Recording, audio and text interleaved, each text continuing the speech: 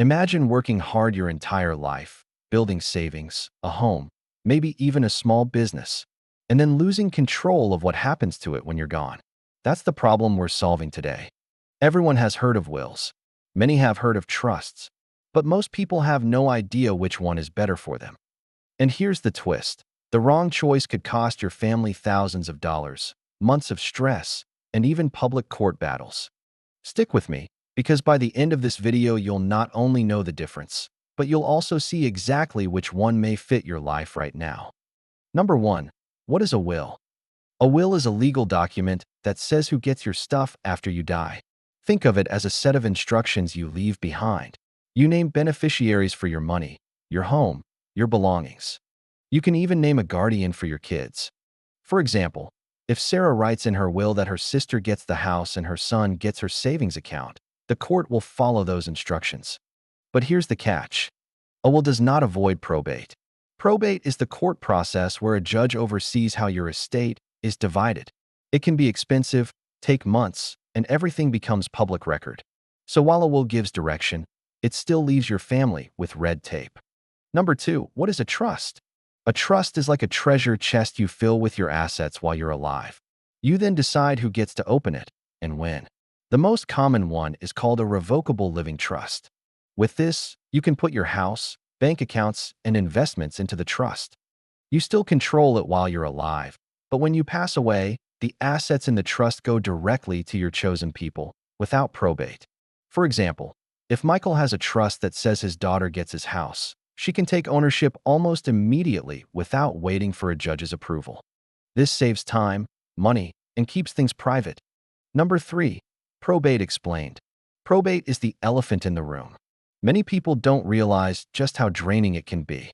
Studies show that probate can take anywhere from 6 months to 2 years depending on the state. And legal fees alone often eat up 3% to 7% of the estate's value. Imagine leaving behind a $300,000 estate. Your family could lose $9,000 to $21,000 just in fees. And it's not just about money. Probate is public, which means anyone can see what you owned and who got it.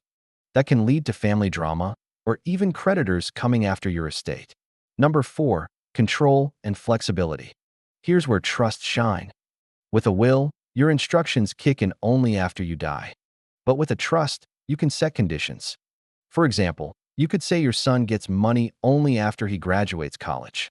Or your daughter receives her inheritance in stages, like 25% at age 25, 25% at age 30, and the rest at age 35. This control helps protect beneficiaries from blowing through money too quickly. With a will, you can't add these layers of protection. The assets just transfer outright. Number 5, privacy matters. A will becomes a public document once it goes through probate. Anyone can look it up. Now picture this. Jane leaves behind a will saying her jewelry goes to her niece and her $100,000 savings to her nephew. That information is available to the public, and not everyone needs to know your family's business. A trust, on the other hand, stays private. Only the people involved know the details. Privacy alone is a big reason why many families prefer trusts. Number 6, cost differences. Creating a will is usually cheaper upfront. A basic will might cost just a few $100s if you go through an attorney, or even less with online services. But here's the hidden cost: probate. That's where the real expenses add up. A trust costs more upfront, often around $1,000 to $3,000 to set up properly with a lawyer. But the savings on probate fees and court delays later can far outweigh that initial expense. It's like buying insurance. You pay more now to protect your family from a financial mess later. Number 7, real-life example of a will. Let's say John passes away with only a will. His estate includes a house, a car, and some savings.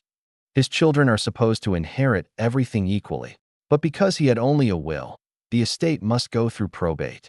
The process takes 18 months. The kids argue over who gets the car. Thousands of dollars are lost in legal fees. In the end, they do inherit, but it's stressful, slow, and messy. Number 8, real-life example of a trust. Now let's compare with Mary. She set up a living trust. She put her house and savings into it, naming her daughter and son as beneficiaries. When Mary passes away, her kids take over almost immediately. No probate, no court delays, no public record.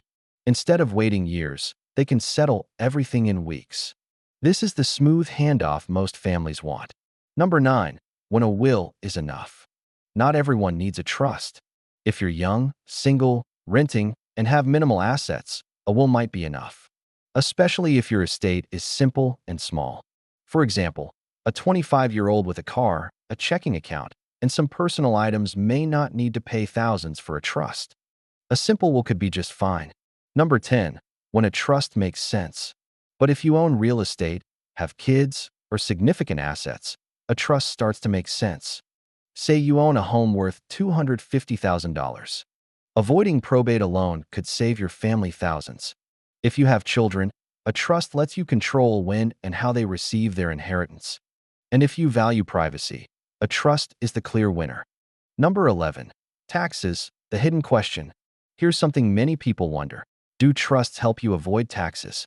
The truth is, both wills and revocable living trusts do not magically erase estate taxes. If your estate is above the federal exemption limit, over $13 million per person in 2025, estate tax applies. But for the average American, estate tax isn't the main issue. It's probate and control. Trusts do help reduce certain state-level hassles and can be combined with other advanced strategies for very wealthy families. But for beginners, think of trusts mainly as a probate buster, not a tax trick. Number 12. Updating your documents. Here's a mistake many people make. They set up a will or trust and then forget about it. Life changes. You get married, divorced, have kids, buy property. If you don't update your estate plan, your old wishes might not match your current reality. For example, imagine writing a will leaving everything to your spouse, but then you divorce and remarry. If you never update, your assets could accidentally go to your ex-spouse. So whether you choose a will or trust, review it regularly. Number 13. Avoiding family drama. Money and inheritance often bring out the worst in families. We've all heard stories of siblings fighting over grandma's jewelry or dad's house. A trust gives you more tools to prevent fights by making things clear and avoiding the court process. But even with a will, writing down your wishes and talking to your family beforehand can save a lot of heartache. Silence and surprises are what cause conflict. Number 14. The peace of mind factor. At the end of the day, both wills and trusts give you peace of mind. Without either, state law decides who gets your assets. And trust me, the state doesn't care about family dynamics. Having a plan in place, any plan, removes stress for your loved ones during an already difficult time. Number 15. Planning for incapacity. Many people think estate planning is only about death, but what if you become unable to make decisions while you are alive? A will does not help you in that situation at all. It only takes effect after death. A trust, however, can step in if you become incapacitated. For example, if you are in a coma, your chosen trustee can immediately manage your finances and pay your bills without waiting for a court to appoint someone. This keeps your life running smoothly even if you cannot make choices yourself. Number 16. Protecting minor children. A will allows you to name a guardian for your children, which is crucial if they are under 18. But here is the problem. If you leave money directly to minors in a will, the court will usually appoint someone to manage it until they turn 18. With a trust, you can set up specific rules. For example, you could say your child receives money for education, healthcare, and living expenses, but not full access until they reach 25. This helps protect young beneficiaries from getting a large sum before they are ready to handle it. Number 17. Business ownership. If you own a small business, a trust can be a game changer. A will would send the business through probate, which might freeze operations and cause chaos. But if your business is placed in a trust, your successor can step in right away to keep things running. Imagine a family restaurant where the parent dies unexpectedly. With only a will, the kids may have to wait months to legally take over. With a trust, they could take charge immediately and keep the business alive. Number 18. Multiple state properties. Do you own a vacation home or rental property in another state? If you rely only on a will, your estate will likely have to go through probate in each state where you own property. That means more delays and more legal fees. With a trust, all properties can be handled under one plan, avoiding multiple probates. For example, someone with a house in Texas and a cabin in Colorado could save their family from dealing with two separate court systems by using a trust. Number 19. Special needs planning. If you have a child or relative with special needs, leaving them money outright through a will could accidentally disqualify them from important government benefits like Medicaid or supplemental security income. A special needs trust, however, allows you to provide financial support while keeping those benefits intact. This ensures your loved one has extra care and resources without losing essential government help. Number 20. Blended families.